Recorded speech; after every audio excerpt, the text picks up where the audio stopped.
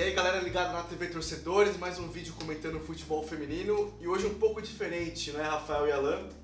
Vamos parar um pouco de falar do campo e bola e falar um pouco do draft do Brasileirão.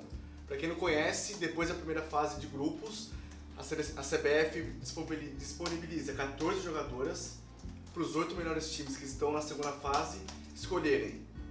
Mais ou menos parecido com o que acontece na NBA e na NFL, nos esportes americanos. E a gente teve hoje um evento na CBF e os outros 8 times escolheram as 14 jogadoras e o Rafael e o Alan vão analisar essa nova fase da competição, sempre acompanhando aqui no Torcedores também, tudo bem, Rafael, Alan? E o Rio Preto foi o primeiro time, né, Rafael, a poder escolheu a Luciana. A Luciana foi destaque no ano passado, é uma goleira que é bastante discutível na seleção, então muitas pessoas perguntaram, pô, o Rio Preto tinha a primeira escolha. Foi logo na goleira. Foi na goleira a Luciana, mas aí deu pra entender, a Luciana foi um dos grandes nomes do título no ano passado, eles contaram com isso, escolheram ela novamente. Se vocês perceberam, 14 jogadoras, 8 times, 2 times ficaram só com uma, não é, Alan? É a Formiga, talvez a principal jogadora mais conhecida entre... Ficou com o São Francisco da Bahia e a Luciana no Rio Preto. Não bastasse a emoção do campo que a gente teve na primeira fase, a emoção também se transformou hoje em forma de sorteio, né? Duas equipes que acabaram ficando prejudicadas nesse sentido, mas já era do regulamento, a gente já sabia. Nesse sentido, o São Francisco é prejudicado e não é. Colocou a Formiga. Pô, a Formiga é uma das principais jogadoras da seleção brasileira, tá perto da aposentadoria, é verdade, mas ainda é uma jogadora excepcional. Faz diferença absurda no futebol brasileiro feminino do Brasil. Exatamente, como o Rafael disse, o Rio Preto escolheu a Luciana porque já conhecia, foi campeã brasileira no ano passado com a equipe. E com a escolha da Formiga pelo São Francisco, o São José não conseguiu repetir isso. O São José, vice-campeão no ano passado, tinha a Formiga e não conseguiu repetir essa escolha esse ano. Além desses dois times, o Rio Preto e o São Francisco ficaram com apenas uma jogadora.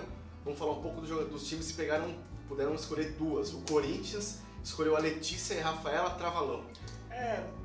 Se a gente pensar bem no ataque do Corinthians, o ataque do Corinthians tem Gabi, tem Bianca, tem Chu, enfim, vai ter que disputar bastante posição, não sei se foi a melhor escolha. E no caso da Letícia, já tem a Monique no gol. Imagino que o Arthur talvez aí tenha uma dor de cabeça para colocar essas meninas. Ele vai colocar, isso é fato. Foram escolhidas no draft Sim. e chegam para serem titulares. Né? Vão ser titulares, mas a concorrência é grande. Outra jogadora bastante conhecida já com passagens por grandes times é a Maurine, que foi pro Flamengo. Não tem sido mais titular na seleção brasileira com frequência, né?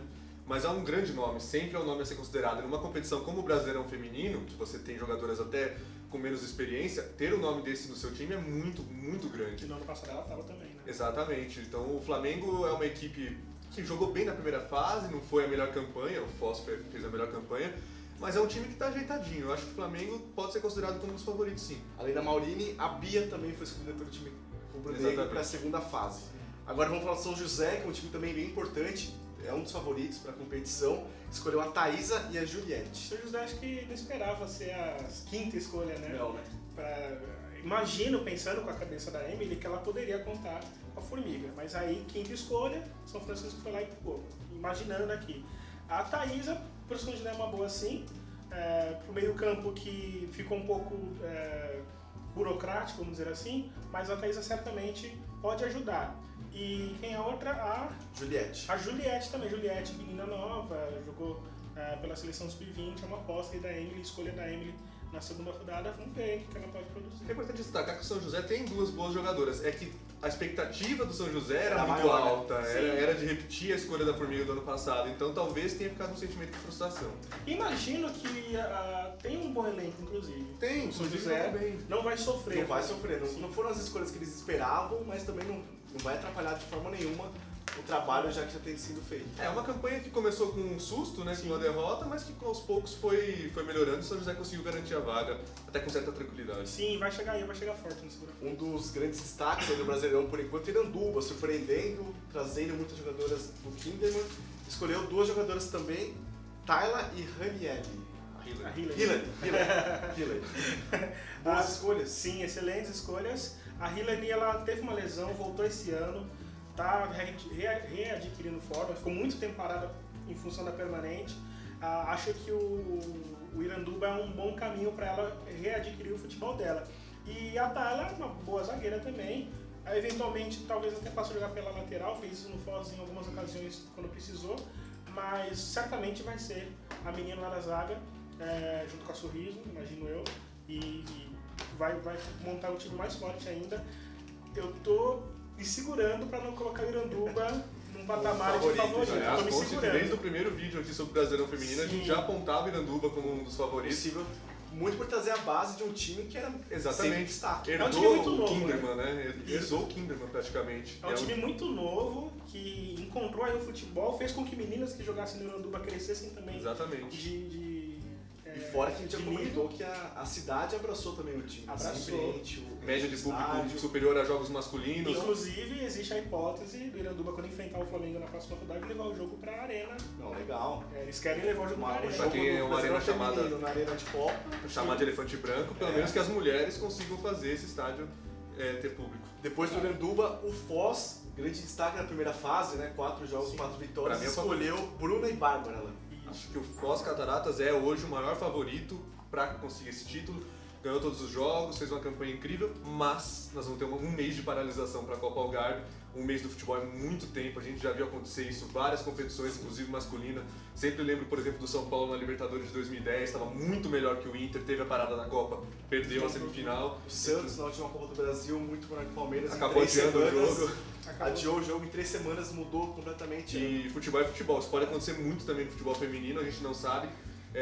Aliás, algo que vale para todos os times. De repente, uma lesão de alguma dessas jogadoras na Copa Algarve pode prejudicar muito a escolha do draft e também algumas jogadoras fora de Imagina se o ritmo. Rio Preto e o São José, por exemplo, que escolheram Uma só. e elas se machucam. Então tem muitas variáveis ainda para quando o campeonato voltar, ainda em março, no final de março, mas muita coisa pode acontecer ainda. E tem um detalhe em relação ao Foz interessantíssimo, tanto a Bruna Benítez quanto a Bárbara já jogaram no Foz, foram campeãs brasileiras da Copa do Brasil pelo Foz também, então elas já voltam para casa, né? Depois de 3 anos, as duas aí estão voltando para casa. Para fechar, a Ferroviária, time do interior de São Paulo, escolheu Jéssica e Camila. Bons nomes, Alan? Bons nomes, a Ferroviária já tinha um time bom, conseguiu passar em primeiro lugar num grupo que era difícil, conseguiu a classificação de uma maneira incrível, ganhou do Santos com um gol praticamente no fim do jogo, quase 45 minutos, né?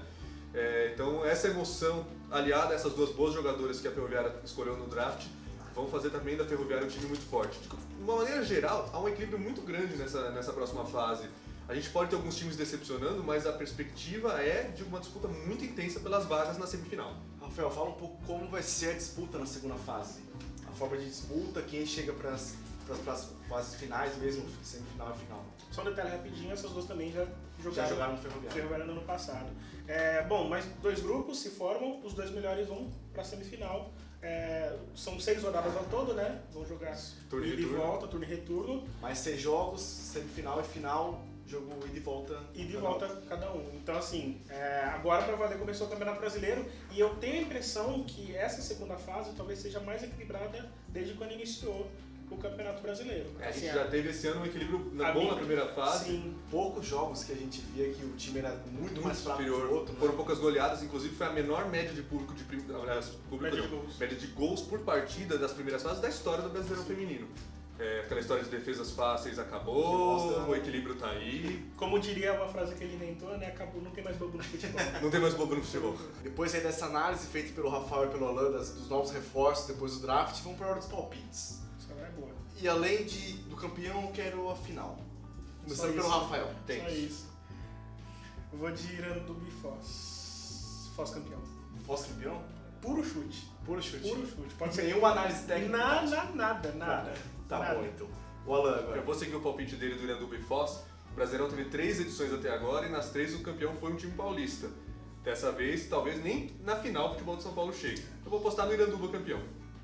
Foz, Iranduba, vamos ver. Vamos gravar esse vídeo, vai pro ar na TV Torcedores e a gente vai cobrar vocês dois depois. Fechado. Tudo sobre o Campeonato Brasileiro Feminino você acompanha aqui no torcedores.com. Valeu, gente. Falou.